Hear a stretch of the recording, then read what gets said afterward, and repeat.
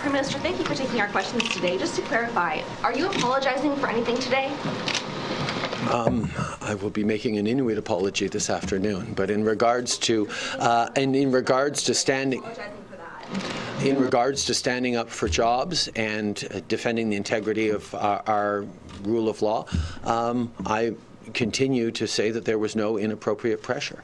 I'm obviously reflecting on lessons learned through this, and I think Canadians expect that of us, that any time we go through periods of internal disagreement and indeed challenges to internal trust as we have, there are things that we have to reflect on and understand and do better next time.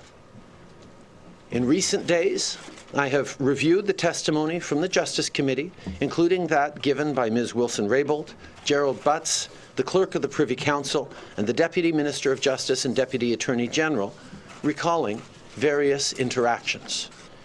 Each of these interactions was a conversation among colleagues about how to tackle a challenging issue. Each came at a time when my staff and I believed that the former Minister of Justice and Attorney General was open to considering other aspects of the public interest. However, I now understand that she saw it differently.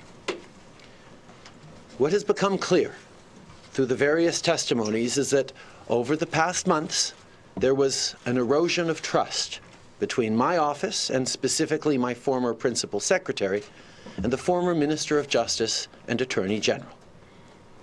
I was not aware of that erosion of trust. As Prime Minister and leader of the federal ministry, I should have been. One of the things central to my leadership is fostering an environment where my ministers, caucus, and staff feel comfortable coming to me when they have concerns. Indeed, I expect them to do so. In Ms. Wilson-Raybould's case, she did not come to me, and I wish she had. Because if it's a real relationship and if we truly are a team, we can always acknowledge when we need to make adjustments. Things won't always be perfect, but there should remain a constant level of openness and dialogue. And that dialogue is crucial on a file as important as justice. I won't surprise anyone when I say that my father and I had different leadership styles. But I can also tell you that amongst the files that were dearest to him and to me as well, the justice file stood out. It is something that I was immensely pleased to discover, that the new Prime Minister's office in the West Block was an office that was occupied by my father when he was Minister of Justice. And throughout his career, he was dedicated to that principle of justice, the just society, the Charter of Rights and Freedoms. And his approach of justice and fairness infused everything he did, and certainly was something that he raised me with. I think it's extremely important to ensure that you have strong people leading different parts of the government. And there is no question that reconciliation and indeed the relationship with Indigenous peoples was something that has always been at the heart of the priorities of this government.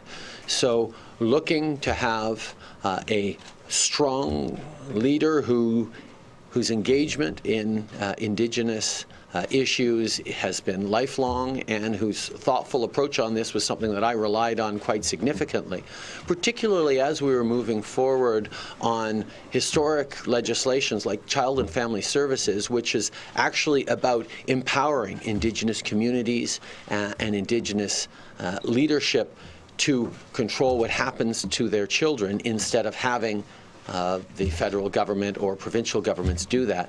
These were important things that I thought she was she would be excellent at, and that it would be very good to indicate just how much this issue continued to matter to our government, even though we had moved Minister Philpott out of that file. You didn't really address the point of my question.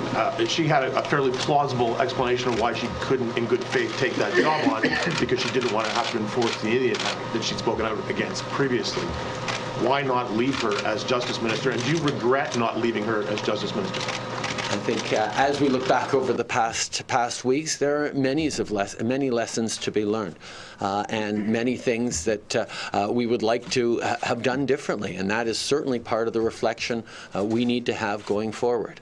But in terms of how we move forward and how we make decisions in who is going to be in and where within cabinet, those decisions are ones that we take seriously, and we always look to move forward, not backwards on that.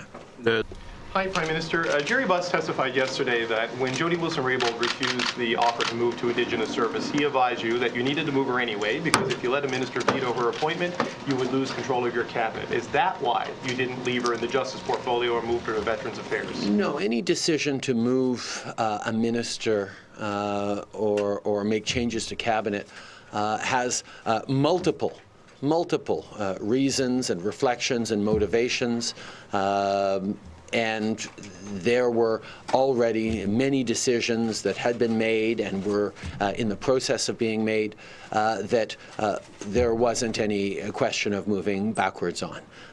We were going to keep moving forwards. There are obviously many different factors that go into any decision like this, and the offer on Indigenous services was a serious positive one, and the offer on Veterans Affairs, which was accepted, was also one that I thought was the right one for our cabinet and our country. Prime Minister,